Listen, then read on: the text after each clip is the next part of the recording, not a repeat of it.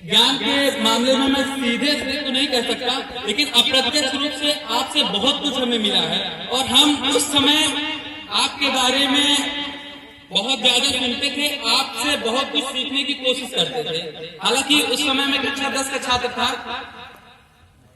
और आज आपका आशीर्वाद ही है कि मैं IIT गुवाहाटी से और जवाहरलाल नेहरू विश्वविद्यालय से परास्नातक का छात्र रहा हूँ, और अब दिल्ली विश्वविद्यालय में हूँ। वास्तव में हमारे पास समस्याएं बहुत सारी होती हैं, लेकिन अगर हम उन समस्याओं को अपनी चुनौती बनाकर चलते हैं तो हम उससे बहुत अच्छे से लड़कर और उससे जीत जाते हैं। ये एक महत्वपूर्ण बिंदु है, और जिसको असफल होना होता है, या एक बात कह लें कि एक्सक्यूज, अगर आप एक्सक्यूज देते रहेंगे तो आप जीवन में कभी सफल नहीं हो सकते हैं। आज आपका आशीर्वाद है और आप सभी का आशीर्वाद है कि शिक्षा मंत्रालय से लेकर विश्वविद्यालय तक, प्रोफेसर तक, वो चाहे कोई भी कॉन्फ्रेंस हो, शायद ही हमारे दिल्ली में रहते हुए कोई छूटती होगी। ये आप सबका आशीर्वाद है। और राजनीतिक रूप से ही नहीं, सामाजिक रूप से भी मैं अमेठी जिले के मुसाफी थाना तहसील का रहने वाला हूँ। सामाजिक तौर पर चूंकि ये सुनील दुबे जी हमारे मामा जी हैं, इन्होंने यहाँ पे एक कार्यक्रम रखा है, बच्चों का सम्मान समारोह रखा है यहाँ पे, और इन्होंने हमसे कई सारी सलाह ली है। क्योंकि मैं एक परीक्षा करवाता हूँ, सामान्य ज्ञान प्रतियोगिता। राजनीतिक रूप से सक्षम होने के बावजूद हम सामाजिक तौर पर भी समाज के प्रत्येक कार्यक्रमों में बराबर भाग लेते रहते हैं, और यही कारण है कि दिल्ली से लेकर और लखनऊ तक कोई भी राजनीतिक कार्यक्रम हो तो उसकी जानकारी मुझे बराबर मिलती रहती है। ये आप सबका आशीर्वाद है। सामाजिक तौर पर रही बात बच्चों की, रही बात मेधावी छात्र छात्राओं की, तो फैजाबाद जिला, बाराबंकी जिला, रायबरेली जिला, अमेठी जिला, सुल्तानपुर जिला और प्रतापगढ़ जिले के सदर का कुछ क्षेत्र हमारी इस सामान्य ज्ञान प्रतियोगिता में भाग लेता है। और आप सभी के सहयोग से, सभी गुरुजनों के सहयोग से लगभग 22,000 बच्चे इस साल परीक्षा में शामिल हुए थे, और जिसका एक बहुत बड़ा सम्मान समारोह आयोजित किया जाना सुनिश्चित हुआ था। हालांकि वो कोविड-19 की वजह से हट गया। तो मैं आपको बताना चाहता हूँ, अगर आप समाज में सक्रिय हैं, और सक्रिय का मतलब चाहे वह राजनीतिक हो, चाहे शारीरिक हो, चाहे मानसिक हो, आपको हर तरीके से सक्रिय रहना होगा। और रही बात गुरुजनों की, तो हम सभी प्रायः हमारे बीच में बहुत सारे लोग बैठे हुए हैं, और उनको शायद हमारी बातें अच्छी नहीं लगती। कुछ लोगों को भी, जैसे कि गुरुजी बोल रहे थे, या और किसी का संचालन सुनने में नींद आती है। यह एक बड़ी समस्या है, क्योंकि हम कोई काम करने में पीछे कैसे हटते हैं? हम पढ़ाई क्यों नहीं करते हैं? पढ़ाई करने के पीछे उद्देश्य क्या है? सबसे पहले ये जानना जरूरी होता है। हम कोई भी विषय पढ़ते हैं, आखिर उस विषय के पीछे उद्देश्य क्या होता है? कुछ लोग तो है शादी के लिए भी पढ़ते हैं। आज ये भी एक महत्वपूर्ण कारण बन चुका है समाज का, शादी और नौकरी। और नौकरी के बाद भी कुछ लोग समाज में एक्टिव नहीं होते। जैसा कि अतुल जी हैं हमारे, अतुल जी समाज के प्रत्येक व्यक्ति से लगभग जुड़े रहते हैं, और ये मैं ही नहीं कह रहा हूँ, आप सभी जानते होंगे इस बारे में। ये एक महत्वपूर्ण कारण है। और बच्चों को देखते हैं, हमारे साथ के कई बच्चे हैं, क्योंकि हमारी जो यूनिवर्सिटी है वो आप सभी को तो पता ही होगा, देश की सबसे प्रतिष्ठित यूनिवर्सिटी है, और वहाँ के प्रोफेसर आप जैसे होते हैं जो बच्चों को सही मार्गदर्शन देते हैं। हालांकि इस दौर में क्या है कि यूनिवर्सिटी में भी 2 गुट बन चुका है, एक लेफ्टिस्ट का, एक राइटिस्ट का, और ये एक बहुत बड़ी समस्या है। बहुत दुर्भाग्य है हमारे देश का कि आज भी हमारे देश में कुछ ऐसे प्रोफेसर हैं जो बम बनाने की ट्रेनिंग देते हैं। ये बहुत विकृत मानसिकता है, और ये लोग देश का क्या करेंगे वो आप समझ सकते हैं। ये हमारा दुर्भाग्य है कि हमारे बीच में अगर सब आप जैसे अध्यापक हो जो समाज के निचले पायदान पर प्रत्येक बच्चों को शिक्षित कर रहे हैं तो हमारा देश कहीं और होगा।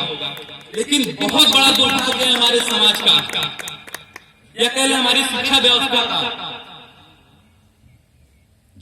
आज भी कहना तो नहीं चाहिए, रोमिला थापर की हिस्ट्री की बुक जो होती है, जैसे अब आपको जानते ही होंगे, लेकिन यहाँ इस बात को समझने के लिए आप सभी को पहले ये समझना होगा कि रोमिला थापर है कौन। ये एक बहुत बड़ी विडंबना है। हमारे विश्वविद्यालय हो या हमारे छोटे छोटे स्कूल हो, सभी राजनीतिक का अखाड़ा बन चुके हैं। ये बहुत दुर्भाग्य है कि हमारा प्रतापगढ़, हमारा अमेठी, हमारा सुल्तानपुर, हमारा फैजाबाद नकल का घर बन चुका था। ये इस सरकार में आने के बाद कुछ सुधार हुए हैं, कुछ सुधार, पूरी तरह से सुधरे नहीं है। और रही मेरिट की बात, तो मेरिट अगर सही होती है तो बच्चे की योग्यता का नहीं आकलन करते फिलहाल, लेकिन शैक्षणिक योग्यता का आकलन हो सकता है, सटीक आकलन हो सकता है। लेकिन दुर्भाग्य है कि वह अभी हमारे सामने सही नहीं है। क्यों सर, सही बोल रहे हैं? ये आपका आशीर्वाद है। तो हम आपसे यही अनुरोध करते हैं कि एक पाठ पढ़े, एक पेज पढ़े, एक पैराग्राफ पढ़े, एक वाक्य पढ़े, एक शब्द पढ़े, ईमानदारी से पढ़े और उसके पीछे की जो पृष्ठभूमि है उसको जानने की कोशिश करें। हमारा सौभाग्य है कि हमारे बीच में वीरमैन जी उपस्थित है। आज पर्यावरण देश की ही नहीं बल्कि संपूर्ण विश्व की सबसे बड़ी चुनौतियों में इसको शामिल किया गया है। और आप जैसे जो महान व्यक्तित्व हैं हमारे देश के लिए वरदान साबित होंगे। अभी हमें पर्यावरण के चुनौतियों और उसका प्रभाव का आकलन हम नहीं कर पा रहे हैं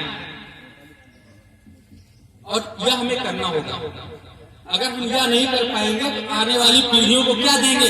जहरीली गैस देंगे, बीमारियां देंगे, क्या देंगे उनको? हमारे देश में चाहे चिकित्सा शिक्षा हो, चाहे व्यवसायिक शिक्षा हो, स्थितियां बहुत दयनीय हैं। हम कहते हैं कि हमें नौकरी नहीं मिली, आखिर में योग्यता क्या है आपकी? जगह जगह पे प्राइवेट कॉलेज खुल चुके हैं, एडमिशन लेने के लिए सिर्फ पैसे की जरूरत होती है और वो आपके पास भरपूर है।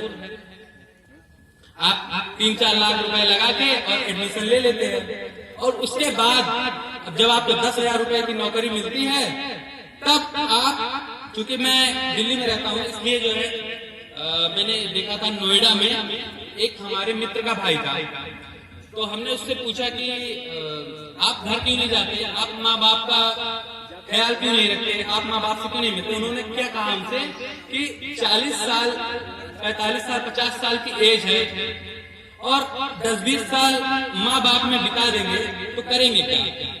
ऐसी मानसिकता है शहरी क्षेत्रों में। हम सभी अपने घरों को सिर्फ अपने परिवार तक सीमित रखना चाहते हैं और वृद्धाश्रम बनवाते हैं अपने माँ बाप के लिए। ये है हमारी शिक्षा। हम सभी पाश्चात्य शैली में जीना चाहते हैं, ये बिल्कुल गलत है। हमें इस समाज को बदलना होगा जिसका सिर्फ एक माध्यम है शिक्षा, और शिक्षा के लिए हमें सही मार्गदर्शक मिलना चाहिए और जिसके लिए आप जैसे मार्गदर्शक होना बहुत आवश्यक है। मैं सभी से अनुरोध करता हूं कि आप इनके जो वरदान रूपी शब्द हैं आप उनको सुने और बस यही कहना चाहूंगा कि अपने बच्चों पर सबसे ज्यादा ध्यान दें। आपकी उम्र निकल चुकी है, अब जो कुछ भी है आपका बच्चा है, अगर उसके साथ लापरवाही हुई तो आप अपना जीवन नष्ट कर देंगे। अगर वो शराब पीने लगा, वो मदिरा पान करने लगा, वो कुछ भी ऐसा करने लगा जिससे आपको या आपके समाज को खतरा है, तो निश्चित रूप से आप असफल हैं और आपको भी आने वाले समय में कुछ भी नहीं मिलने वाला, उससे सिर्फ दुख के। मैं सभी से यही आग्रह करना चाहूंगा कि आप सभी बच्चों को, अपने सभी बच्चों को उचित मार्गदर्शन अवश्य दिलाएं, और उसके लिए आपके पास उचित मार्गदर्शक हैं, ऐसा मैं मानता हूं। बाकी आप सभी सक्षम हैं अपने सही और गलत का निर्णय लेने के लिए। धन्यवाद।